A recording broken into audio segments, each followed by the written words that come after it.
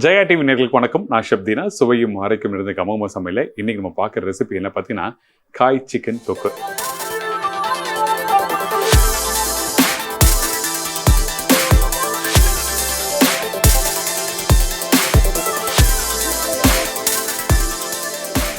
அதாவது காய் சிக்கன் தொக்குனா என்ன கேட்டிங்கன்னா, நம்ம யூஸ் பண்ணுற அந்த காய்கறிகளை யூஸ் பண்ணி தான் பண்ண போகிறோம். அதாவது வெங்காயம், தக்காளி, இஞ்சி, பூண்டு, பச்சை மிளகாய் இது எல்லாத்தையும் ஒன்றா அரைச்சி அதுக்கப்புறம் இந்த சிக்கனோட போட்டு குக் பண்ண போகிறோம். ரொம்ப நல்லாயிருக்கும். பெரும்பாலும் நம்ம வீட்டில் சமையல் பண்ணும்போது தொக்குன்னு சொல்லும் போது ஒன்று குழம்பு தூள் இல்லை மிளகாத்தூள், மஞ்சள் தூள், தனியாத்தூள்லாம் போட்டிருப்பீங்க. ஆனால் இன்றைக்கி அதெல்லாம் எதுவுமே இல்லை. வெறும் காய்கறி யூஸ் பண்ணி அதை எப்படி பண்ணுறோம்னு சொல்லி பார்க்க போகிறோம். அதுக்கு முன்னாடி இந்த ரெசிபிக்கு தேவையான பொருட்கள் பார்த்துக்கோங்க.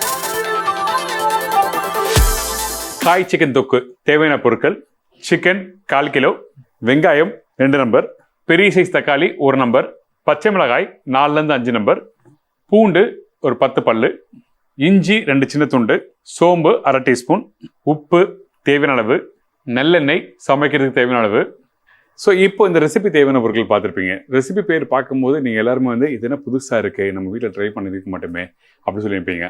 இந்த ரெசிபிக்கு முக்கியம் பார்த்தீங்கன்னா அன்றாட யூஸ் பண்ணுற பொருள் தான். ஆனால் நீங்கள் ரெகுலராக யூஸ் பண்ணுற அந்த ஸ்பைசஸ் எதுவுமே இருக்காது. நான் ஆரம்பத்தில் சொன்ன மாதிரி ரொம்ப இன்ட்ரெஸ்டிங்காக இருக்கும், ரொம்ப நல்லாயிருக்கும். இப்போ இந்த இடத்துல நம்ம என்ன பண்ணுறோன்னா, ஃபர்ஸ்ட் நம்ம கிட்ட இருக்க இந்த வெங்காயம் இருக்குல்ல, இந்த வெங்காயம், இந்த தக்காளி இது எல்லாத்தையும் நம்ம அரைச்சி போட போகிறோம்.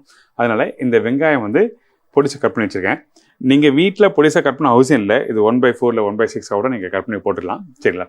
அதுக்கு பிறகு பார்த்தீங்கன்னா இந்த இடத்துல தக்காளி, இந்த வெங்காயம் அளவு அதிகமாக இருக்கும், தக்காளி அளவு கம்மியாக இருக்கும். அதாவது 2 பெரிய வெங்காயம் சொல்லியிருப்பேன், பெரிய தக்காளி 1 சொல்லியிருப்பேன். எதுக்காகனா தக்காளி அதிகமாக போடும்போது உங்களுக்கு தண்ணி ஆகிடும், அதுக்கப்புறம் குக் பண்ணும்போது பக்குவம் மாற ஆரம்பிக்கும். அதனால் நம்ம என்ன பண்ணுறோம், வெங்காயம் அதிகமாக போட்டிருக்கேன். தொக்குன்னு சொல்லும்போது அந்த வெங்காயத்தோட அந்த காரத்தன்மையும் அந்த இனிப்புத்தன்மையும் இருந்தால் தான் நல்லாயிருக்கும். பெரிய வெங்காயம் தான் போடுறேன். இப்போ தக்காளி போட்டிருக்கேன். இதுக்கப்புறம் பச்சை மிளகாய். நமக்கு பச்சை மிளகாய் ஒரு 4லேருந்து 5 பச்சை மிளகாய் சொல்லியிருப்பேன். உங்களுக்கு காரத்துக்கு எவ்வளோ தேவையோ அதுக்கேற்ற மாதிரி நீங்கள் போட்டுக்கலாம். சரிங்களா? இந்த பச்சை மிளகாயில் போட்டாச்சு. இதுக்கப்புறம் இந்த பூண்டு கொஞ்சம் பூண்டு மட்டும் நிறுத்திக்கலாம். ஏன்னா தாளிப்பு பூண்டு தேவை. அடுத்த டைமில் இஞ்சியோட காரமும் நம்மளுக்கு நல்லாயிருக்கும். அதனால் இந்த இஞ்சியும் போட்டாச்சு. இதுக்கப்புறம் இந்த கொத்தமல்லி இதெல்லாம் போட்ட பிறகு உப்பு தேவையான அளவு. சும்மா ட்ரை பண்ணி பாருங்கள். பேச்சுலராக இருக்கும்போது அடிக்கடி பண்ணக்கூடிய ஒரு முக்கியமான ரெசிபி. இதெல்லாம் டக்குன்னு பண்ணுவோம். ஆனால் அந்த ரெசிபி பார்த்திங்கன்னா ஹைலைட்டு வேறு லெவலில் இருக்கும், சூப்பராக இருக்கும். ஸோ இப்போ இந்த புளி தண்ணி, இந்த புளி தண்ணி நம்ம இனிமேல் பச்சை தண்ணி ஊற்றி தான் அரைப்போம். அந்த இடத்துல இந்த புளி தண்ணி இருந்துன்னா கொஞ்சம் ஈஸியாக இருக்கும் அரைக்கிறதுக்கு. இதை அரைக்கிற பக்கம் எப்படி பார்த்தீங்கன்னா, இந்த இடத்துல நீங்கள் அரைக்கும் போது ரொம்ப நைஸாக அரைச்சிடுவாரு. இந்த சட்னிக்கு அரைப்பாங்க பார்த்தீங்கன்னா, தண்ணி சட்னி மாதிரி கொஞ்சம் நல்லா நைஸாக இருப்பாங்க. அந்த மாதிரி பக்கத்தில் கொஞ்சம் குறை பக்கம் வரணும். அதாவது ஒரு 5% குறை இருந்தால் போதும். ரொம்ப குறை இருந்தால் வெங்காயம் தக்காளி பல்லப்படும். அதே டைமில் நைஸாக அரைச்சினா குக் பண்ணி முடிச்ச பிறகு வெறும் சிக்கன் கூட ஏதோ சேர்த்து சாப்பிட்ற மாதிரி தான் ஃபீல் பண்ணுவீங்க. அதான் விஷயம், வேறு எதுவுமே இல்லை. ஸோ இப்போ இதை அரைச்சிட்டு உங்களுக்கு காமிக்கிறேன். திருப்பியும் சொல்கிறேன், ஒரு 5% குறை இருக்கணும், மீதி 95% அரைச்சிருக்கணும். இதான் விஷயம். அரைச்சிட்டு பார்க்கலாம்.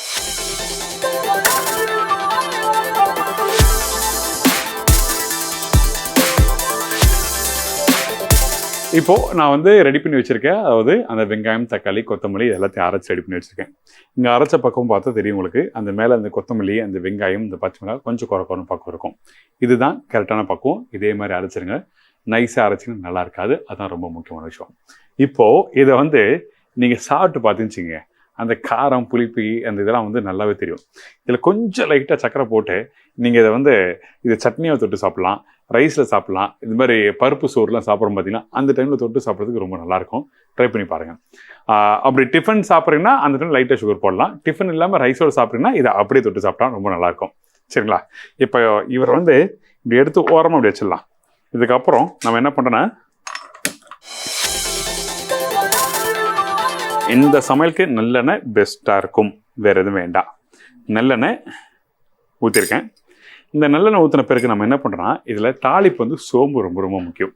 அதே டைமில் இந்த பூண்டு ரொம்ப முக்கியம். இந்த சோம்பு பூண்டும் ரெண்டுமே நல்லா தாளித்த பிறகு தான் நம்ம அடுத்தது நம்ம என்ன பண்ணுறோன்னா, இந்த ரெடி பண்ணி வச்சுருக்க அந்த சிக்கனை போட்டு லைட்டாக பெரட்டின பிறகு அதுக்கப்புறம் அரைச்சி வச்சுருக்க இந்த பேஸ்ட் இதில் ஊற்றி குக் பண்ணுறோம். அவ்வளோதான். 2 நிமிஷம் ஆகும். எண்ணெய் சூடு ஆகிறதுக்கு. ஆகட்டும், பார்க்கலாம். இப்போது இந்த எண்ணெய் ஊற்றிருக்கோம்ல, இந்த எண்ணெய் சூடான பிறகு நம்ம என்ன பண்ணுறோம், எப்பவும் போல் நான் உங்களுக்கு சொன்ன மாதிரி தாளிப்பை ஃபஸ்ட்டு போடுறேன். அதாவது அந்த சோம்பும் இந்த பூண்டும் போடுறோம். பூண்டு வந்து கொஞ்சமாக நான் போடுறேன். நீங்கள் வேணால் பூண்டு வந்து எக்ஸ்ட்ரா நீங்கள் கூட போடலாம், ஒன்றும் தவறு எதுவுமே இல்லை. அது அந்த பூண்டு இருந்தால் தான் நல்லாயிருக்கும், அந்த வாசம் நல்லாயிருக்கும். அந்த குக் பண்ணி முடிச்ச பிறகு அந்த சிக்கனோட 1-2 பூண்டு பல்ல கடிச்சு சாப்பிடும்போது ரொம்ப நல்லாயிருக்கும். இப்போ என்ன பண்ணுறோம், இந்த சோம்பு போட்டிருக்கோம், சோம்பு பொரிஞ்சிருக்கு. அந்த பூண்டு லைட்டாக வதங்கி வர டைமில் நம்ம என்ன பண்ணுறோன்னா, நம்மக்கிட்ட இருக்க அந்த சிக்கனை இதில் போட்டுறேன். நல்லெண்ணெயில் போட்டு ஃபஸ்ட்டு பெரட்டணும். அதுக்கு பிறகு தான் நம்ம ரெடி பண்ணுற அந்த மசாலா போடுறோம். நான் தேவையான பொருட்களை கருவேப்பிலை சொல்லிக்க மாட்டேன். உங்களுக்கு தேவைப்பட்ட கருவேப்பிலை போடலாம், இல்லைன்னா விட்டுருங்க. இது ஏன்னா இது எல்லாமே போட்டு நம்ம அரைச்சிருப்போம், கொத்தமல்லாம் போட்டு. இப்போ என்ன பண்ணுறோம், இங்கே பாருங்கள், ஃபஸ்ட்டு இந்த பூண்டு, நல்லெண்ணெய், இந்த சோம்பு, அதுக்கப்புறம் கருவேப்பிலை, இதோட இந்த மாதிரி பேனில் டாஸ் பண்ணுறேன். அப்படி ரொம்ப நேரம் குக் பண்ணக்கூடாது, முக்கியமான விஷயம். நீங்கள் வந்து அந்த எண்ணெயிலே வந்து அந்த சிக்கனை வந்து ரொம்ப நேரம் குக் பண்ணேன்னா என்ன ஆகுனா, ஒரு ஸ்டேஜுக்கு மேலே வந்து அந்த மீட் வந்து ஹார்டாகும். அதை குக் பண்ணி முடிச்ச பிறகு சூடாக ஆறின பிறகு ஒரு 2-3 ஹவர்ஸ் கழிச்சு சாப்பிட்டோன்னா ஒரு மாதிரி ஹார்டாக இருக்கும், அப்போ சாப்பிட பிடிக்காது. அதனால பேனில் ஜஸ்ட் லைட்டாக டாஸ் பண்ணிவிட்டு, இந்த மாதிரி பேனில் லைட்டாக டாஸ் பண்ணிவிட்டு அதுக்கப்புறம் அரைச்சி வச்சுருக்க இந்த பேஸ்ட், சரிங்களா? இப்போது அவ்வளோதான், சிம்பிள், ஈஸி. ரொம்ப கஷ்டப்பட்டு காம்ப்ளிகேட் பண்ணிலாம் நம்ம சமைக்க வேண்டியதில்லை. இது அப்படியே சமைக்க வேண்டியதுதான். இப்போ உப்பு வேணால் கொஞ்சம் லைட்டாக உப்பு இதில் போட்டுடலாம். ஏற்கனவே உப்பு போட்டிருக்கோம். இது வேகிறதுக்கு ஒரு 5 நிமிஷம் டைம் எடுக்கும். இதை அப்படியே வந்து நல்லா வேக வைக்கிறோம். அவ்வளோதான், ட்ரை ஆகணும், ஒரு 5 நிமிஷம் ஆகட்டும். இதுக்கப்புறம் நம்ம வந்து அடுப்பாங்கக்கிட்டே போக வேண்டியதில்லை. அப்பப்போ வந்து எட்டி பார்த்து லைட்டாக அப்படி மிக்ஸ் பண்ணி விட்டால் போதும். பெங்களூரில் பார்த்தீங்கன்னா இந்த சில்லி சிக்கன் சொல்லி வச்சுருப்பாங்க. நம்ம சொல்கிற மாதிரி இந்த சைனீஸில் படுற சில்லி சிக்கனில் பச்சை மிளகாவை வந்து அரைச்சி அது அப்படியே சிக்கனில் போட்டு குக் பண்ணியிருப்பாங்க. அந்த மாதிரி கான்செப்ட் தான் இந்த ப்ரிப்ரேஷனும். ரொம்ப நல்லாயிருக்கும், ட்ரை பண்ணி பாருங்கள்.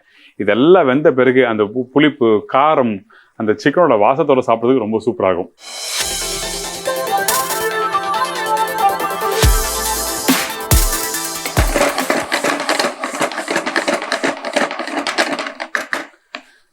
இந்த மாதிரி நீங்கள் குக் பண்ணிகிட்டே இருக்கணும்.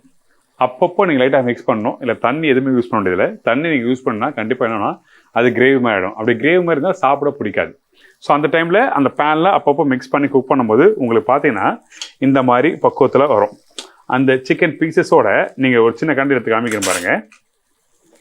அந்த பீஸ் வந்து அந்த கிரேவியோடு இருக்கும். இதை நீங்கள் எடுத்து சாப்பிடும்போது, சுடு சுடு சாப்பிடும்போது ரொம்ப நல்லாயிருக்கும். இது வந்து பழைய கஞ்சிக்கு ரொம்ப சூப்பராக இருக்கும். சாம்பார் சாதத்துக்கு நல்லாயிருக்கும். நீங்கள் ரசத்துக்கு தொட்டு சாப்பிட்டு ரொம்ப சூப்பராகும். ட்ரை பண்ணி பாருங்கள். இப்போ ரெடி ஆகிடுச்சு. ரெடி ஆனதை நம்ம என்ன பண்ணுறோன்னா, இங்கே கொத்தமல்லி நல்லா தாராளமாக அப்படி போட்டு அப்படி ஜோராக அப்படி மிக்ஸ் பண்ணிவிட்டு அதுக்கப்புறம் சுட சுடாக எடுத்து சர்வ் பண்ணிட்டு தான். Simple, easy. நம்ம இதுக்கு முன்னாடி சமைக்காதவங்க கூட இந்த மாதிரி ட்ரை பண்ணி பார்த்தீங்கன்னா சுவையாக இருக்கும்.